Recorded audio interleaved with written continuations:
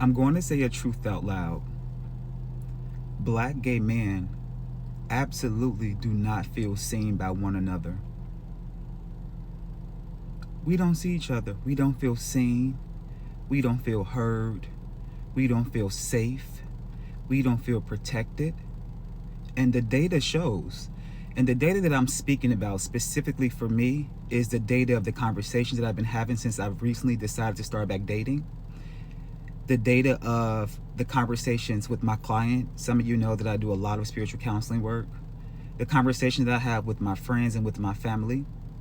Those that participate in or identify within the queer spectrum. I've had these conversations, and I extracted a few different things from these conversations and from these engagements. And I'm not here to judge nobody, but I understand why things are so difficult. And I'm not here to blame anybody, but I am here to talk to the energy that I experienced and energy that I spoke to.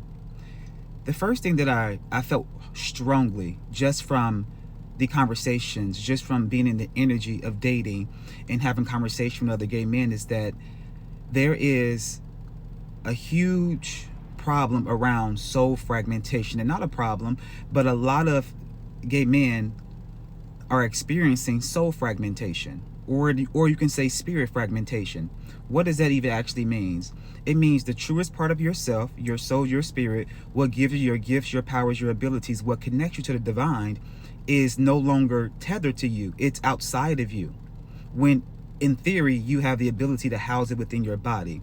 So when you feel so disconnected from yourself and you feel disconnected from source, that can feel like a soul fragmentation. It can feel like the truest part of yourself is missing. Like you can feel an actual piece missing from your life. And a lot of the times, this won't present itself as the awareness like, oh wow, I need a soul retrieval. You wouldn't understand that. But just in these conversations, I recognize how soul fragmentation can show up. Soul fragmentation can show up through the hypocrisy in which one present themselves.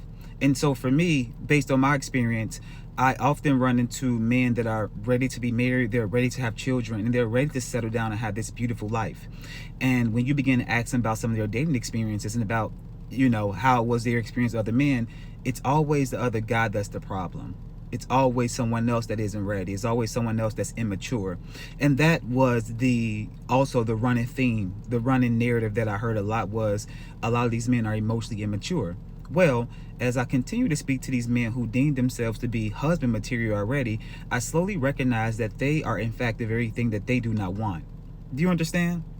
It is because these are some of the men that I was speaking to. I sense and I felt that they have cultivated an environment where everyone said yes and it is okay because of who they are and what they represent and what they give. So no one is really pushing back. So they're reinforcing this negative stereotype. They're reinforcing an energy or an archetype that don't quite serve you. And so you're telling the world, you're presenting yourself as husband material, as someone who can exist within shared community and shared reciprocity, when in actuality, you're not there. You're not ready. That's actually not who you are. You don't want to be married. You just simply want comfort. And this energy was so prevalent. I just kept feeling that I could see how these men's spirits and their soul was so disconnected from them because they were not even aware of the language that they were using.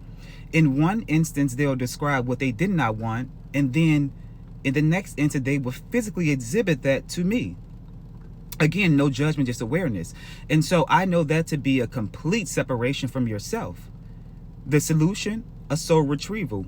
I'm not doing that work, but I just want to put that out there as a solution for that. The solution is you do your inner work. Do you understand? That was one of the main things that I noticed.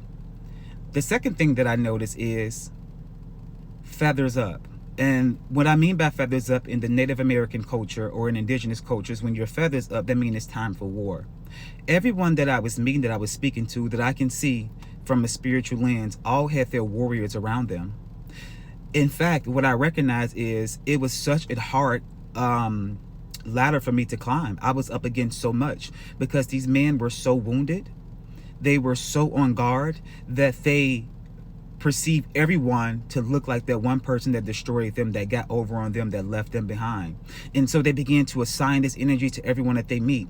And so you're having conversation at your natural self, but what you slowly recognize is that you are really fighting against the tide, because this person is not aware that their warriors are up, but you can see and you can feel and you can sense it, you can feel it. And so I'm just was having this experience, and I'm just like, they're hurting. No one sees them. They don't feel love. They don't feel heard. They don't understand what dating actually is. They don't understand what real sacred and intimate communication actually is. They don't really know. They don't know, right? And so I'm just again processing all of this, and just like the heart space of Black gay men is so fragmented, it's so broken, it's so compressed that it is fighting against expansion. And expansion look like meeting people within love without feeling like they are trying to get something over on you. You see what I'm saying? I felt that deeply. What I also felt, the third thing is that what I felt is that there is a perception, there is a lens, there is a frame, a filter, a veil that Black men, and maybe gay queer men, maybe just gay men in general, look through, but I see this a lot within Black gay men. It's this lens of the genitalia. Now, I'll be honest with you, and then I'll explain what that means, because I also have fallen prey to this as well too. When you only see someone for their ability to perform sexually on you versus seeing them for the soul and the energy they have to offer, that becomes problematic. And I recognize that because, again, as I begin to do my own workout and I see my body change, I've heard men say this before. Before, guys never spoke to me, but when I start to work out, I get all this attention. That is truth. You understand? Because this goes back to the very thing that I'm saying.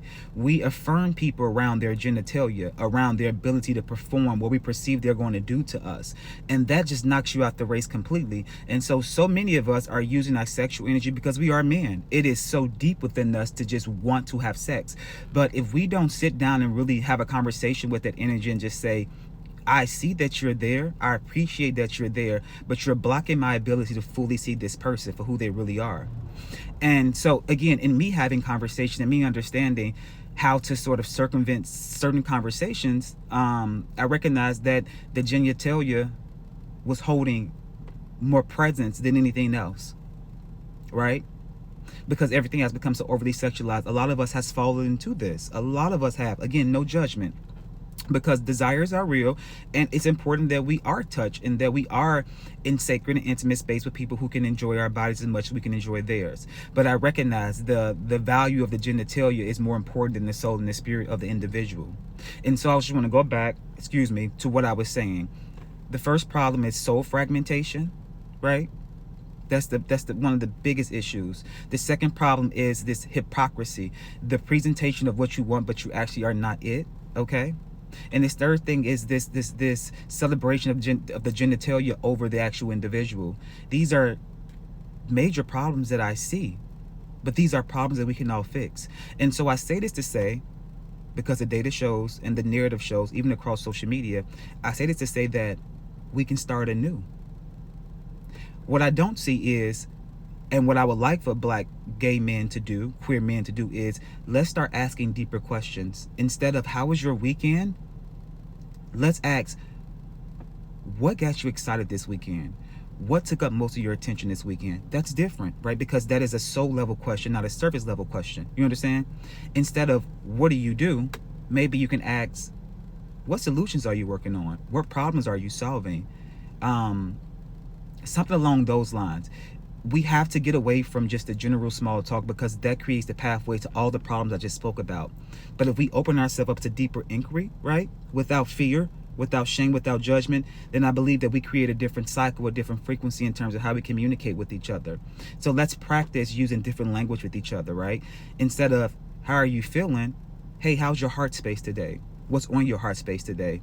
Judge me if you want, but these are very important questions that we should ask each other so we can really determine and really start to feel the energy of what it feels like to be seen in love.